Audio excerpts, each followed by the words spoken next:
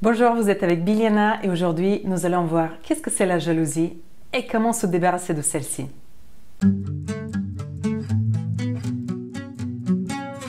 Alors derrière la jalousie, il y a une forme de peur.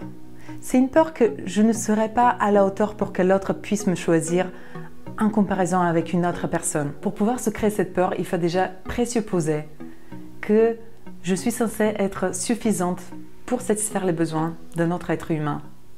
Uniquement moi, bien sûr, sans qu'il fasse appel à personne d'autre. Pourquoi pas? Mais c'est irréel. Alors, en deuxième, dans la jalousie, il va falloir que je me compare. Pour pouvoir me créer un sentiment de jalousie, il faudrait que je me compare avec quelqu'un d'autre. Alors, soit je suis jalouse d'une autre femme qui éventuellement pourra être concurrente dans mon couple, c'est-à-dire que je vais me comparer à elle et je vais déduire à l'intérieur de moi qu'elle est meilleure que moi. Ou bien je serai jalouse d'une autre personne qui a un talent quelconque, je vais me comparer par rapport à cette personne et je vais me dire que je suis moins bien qu'elle, que je fais la chose moins bien. Alors, est-ce qu'il y a une forme d'amour dans la jalousie? Peut-être, mais c'est quand même une forme d'amour qui n'est pas le vrai amour. C'est un amour qui a plein de conditions.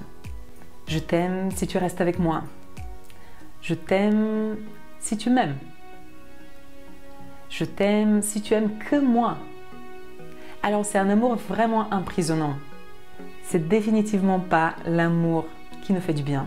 Et puis à la fin, mais pas à la dernière position, la jalousie c'est juste un manque d'estime de soi. C'est-à-dire que je suis devenue aveugle de mes valeurs, que je me compare avec une autre personne et que je n'arrive pas à voir mes valeurs, que je vois que les siennes. Ça c'est très facile pour notre cerveau. Notre cerveau, il est spécialiste à faire ce genre de comparaison et nous crée de la souffrance. Maintenant voyons comment court-circuiter ce type de schéma et pouvoir passer à autre chose.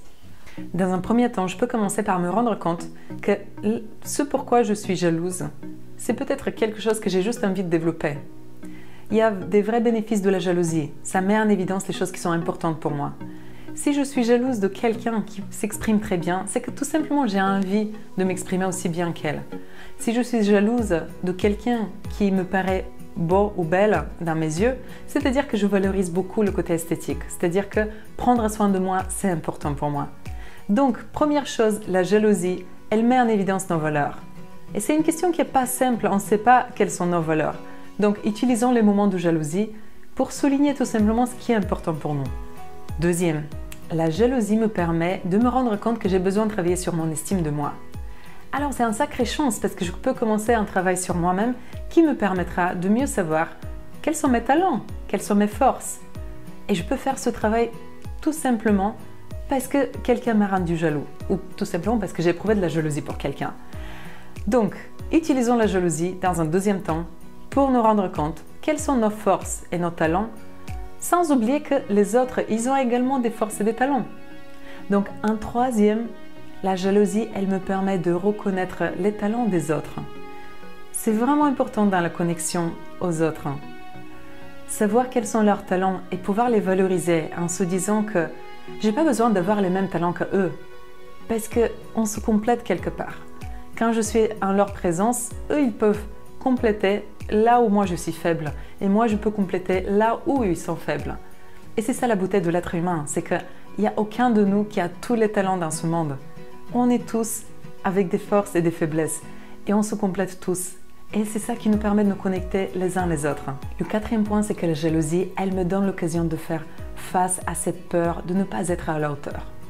Une peur qui présuppose qu'il n'y a qu'une seule personne pour qui je peux être quelqu'un. Une peur qui présuppose que personne d'autre viendra après cette personne pour apprécier mes valeurs et que je dois à tout prix plaire à une personne. Donc faire face à cette peur me permettra de faire confiance à la vie parce que quelque part, je vais pouvoir enfin me dire que ok, si ce n'est pas cette personne qui sait me valoriser, qui sait m'aimer telle que je suis, ben, il y aura une autre personne qui viendra et la vie, elle va s'occuper de ça.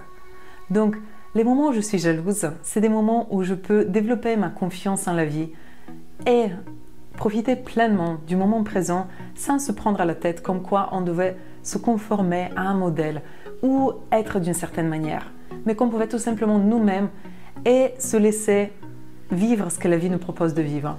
Le cinquième point, c'est que la jalousie, elle me permet de développer de la gratitude.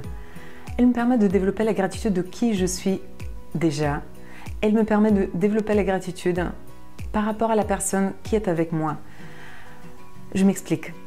Si je ressens que je suis jalouse par peur de perdre la personne et que je commence à développer la gratitude pour ce qu'on a déjà vécu avec cette personne, la peur d'être abandonnée et rejetée par l'autre, elle repose sur l'idée que dans le futur, il y aura quelque chose de très bien pour nous. Alors qu'on n'est même pas sûr. Ce qu'on est sûr par contre, c'est que dans le passé, on a vécu des super moments avec la personne. Donc, dans les moments de jalousie, je peux tout simplement me dire, alors, et si ça s'arrêtait aujourd'hui? Ça serait quoi le problème? J'ai déjà vécu tellement de bons moments avec cette personne. Je suis déjà reconnaissante de ce qu'on a partagé ensemble. Et je ne suis même pas sûre qu'on a besoin de continuer notre chemin ensemble. Parce qu'il y a peut-être quelque chose de mieux pour moi et pour lui. Donc, développer la gratitude pour ce qu'on a déjà vécu avec la personne, ça libère de cette peur de perdre la personne. Quelque part, on s'autorise à la perdre et on devient d'autant plus magnétique et attirant pour la personne. Puis le dernier point, c'est que la jalousie, elle nous apprend à aimer dans la liberté. Elle nous apprend à lâcher prise de cet attachement qu'il n'y a que cette personne ou qu'il n'y a que moi qui peux satisfaire cette personne.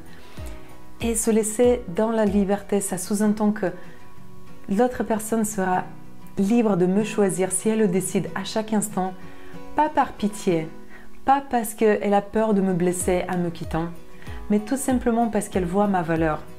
Et tous les jours, elle fera le choix d'être avec moi parce qu'elle apprécie mes valeurs et parce qu'elle voit mes talents et parce que je lui fais du bien. Et ça sous-entend également que je serai libre de faire le même choix pour l'autre. Si un jour, il ne satisfait plus mes besoins, si un jour, il ne me fait plus grandir, je suis également libre de partir. Et tout ça dans l'amour. Le vrai amour, il ne m'oblige pas de rester avec la personne. Le vrai amour, il n'a aucune obligation. C'est un sentiment qui se produit dans le moment présent et qui peut, à chaque instant, se transformer et aller vers autre chose.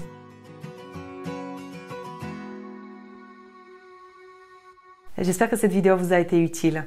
Travaillez sur la jalousie. On a toujours des petites choses qu'on peut transformer et des petites choses qu'on peut apprendre parce que dans chaque expérience de la vie, c'est un apprentissage. Et la jalousie, c'est juste une expérience de vie. Voilà, amusez-vous bien, abonnez-vous à ma chaîne et à très bientôt.